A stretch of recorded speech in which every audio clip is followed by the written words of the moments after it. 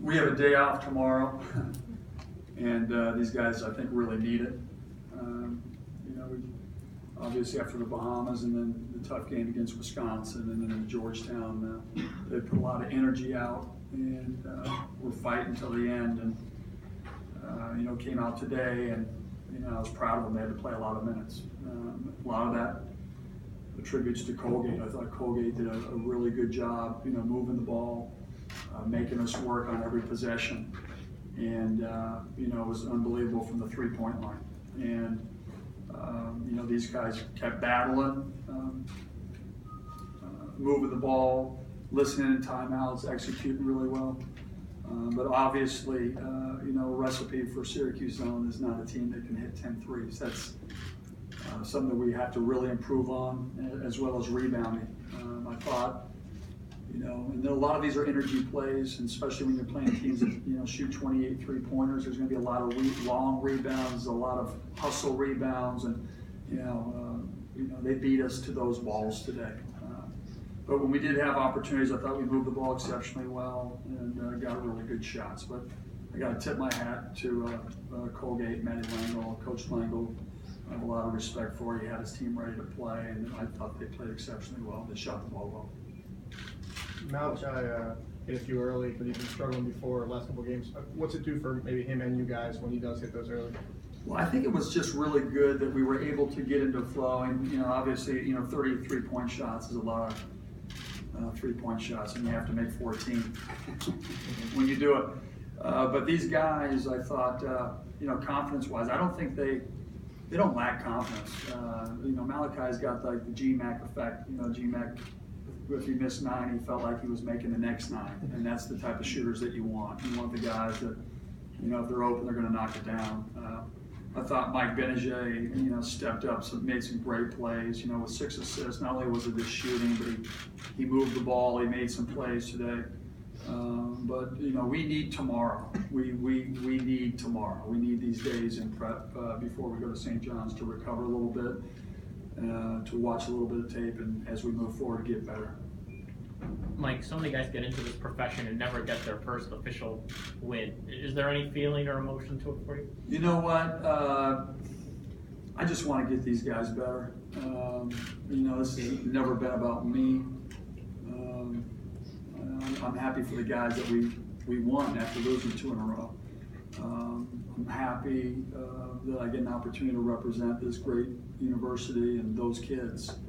And, as a teacher, educator, coach, all we're trying to do is we're trying to get them better. I was a little, trying to get some of the young guys in the game.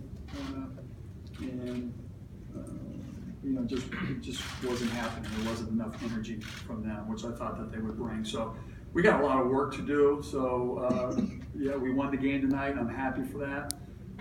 But we need to get a lot better, especially what we're about to face. And it's our job in these next 7 games to give Coach Bam a better team as when he gave it.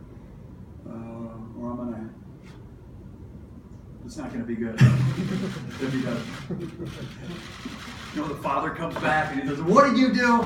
I gave you the keys to my Bentley, and look what you did. You left the Doritos in the back and you didn't wash them."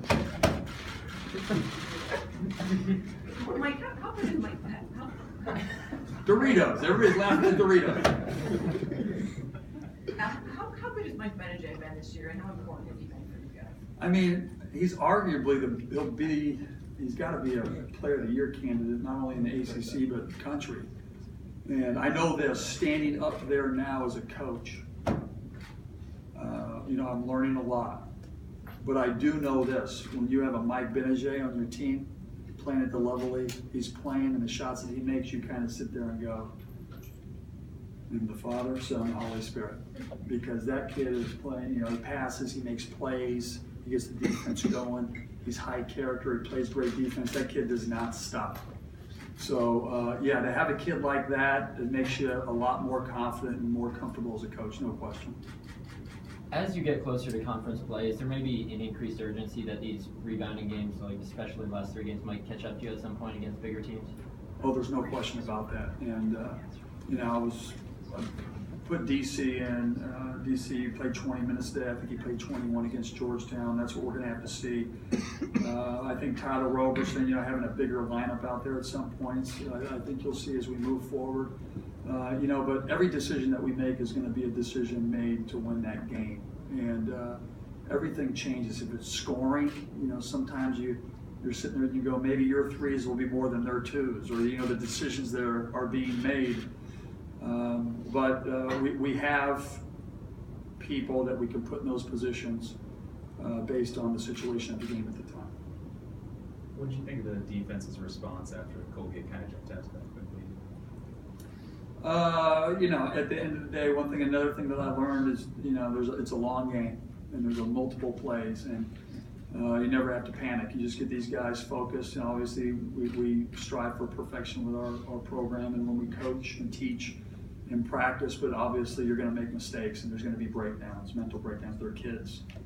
But we're just trying to correct them, get them out there, and focus on the next one, because a lot of these teams, when you're playing teams that have great shooters, that space you out, and they got 4 and 5 guys and they're good passers. It was a little bit like Wisconsin. Every guy pump fake, pass, get in the lane, kick. Guys are scrambling all over the place. Those are hard teams versus a zone, and you have to have energy, you have to have focus, and you have to know where those top shooters are at all times, and that's a hard thing to do over 40 minutes. Coach, we saw Mike Malachi shoot the ball well tonight, but he also drove to the lane a little bit. What kind of element does that add to your team's offense? Well, I think that was one of the things. If I look at this number and I say 14 for 30, obviously that's a lot. But I thought that we tried to focus on attacking a little bit more in the second half. They're small, they're switching on everything. We try to utilize, made a couple of great passes to Daewon Coleman. The guys executed, they switched on Tyler Lyde and DC flash. We got a high-low. There were some really good things where you have to utilize that. But we have to mix it up. We have to be able to take it on the bounce and attack. As we move forward, the teams that we're going to switch and keep you in front, you got to be able to get to the basket. So it's a big benefit when Mike Benajay's getting to the basket as well. 6 assists. Daewon Coleman had played 20 minutes tonight. Do you feel like his game has improved since the start of the year? Yeah, at the end of the day, trying to get them prepared because of the bigger teams. He's got to be in there. Coach was mentioning it before we went down to Georgetown that he's got to be a guy who can give you great minutes, and every game's going to be different.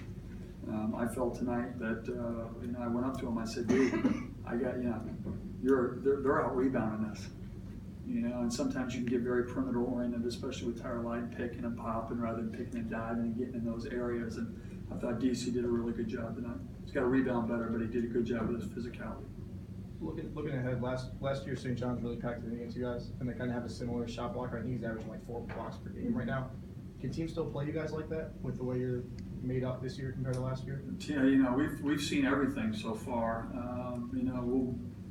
We'll focus on St. John's, watching film, scouting. I think what we need mostly right now, and then I'll answer your question, is that rest. You need to kind of rest, rebuild. You got finals. There's a lot of stuff going on in these kids' heads with all the school stuff. But if we shoot like this, those are incredible numbers. So it's going to be hard for teams to do that. And so this game was really good, I thought, for our offensive confidence. I think for our defensive confidence, we've got to improve immensely, as we move forward. Mike, I know you said you wanted to keep the focus on the team mostly, but are you keeping a ball or a memento from tonight or anything? Have you thought about it? Well, Zach Zagorowski, Michael Carter Williams' father, gave me this. He says, "I want you to wear this in your first game." So I didn't wear it in Georgetown, and it's orange. So, listen. Hopefully, I'm trying to hold the fort down for one of the greatest coaches of all time. I'm trying to get us better, stay focused on that. I'll have my day one day, but just getting a win for these guys and getting some offensive confidence, I thought that's the biggest thing that I'm concentrating on right now. But I'm sure my wife will try to kiss me when I come home and say, "Congratulations, honey." I'm like, "Gosh, get out of here.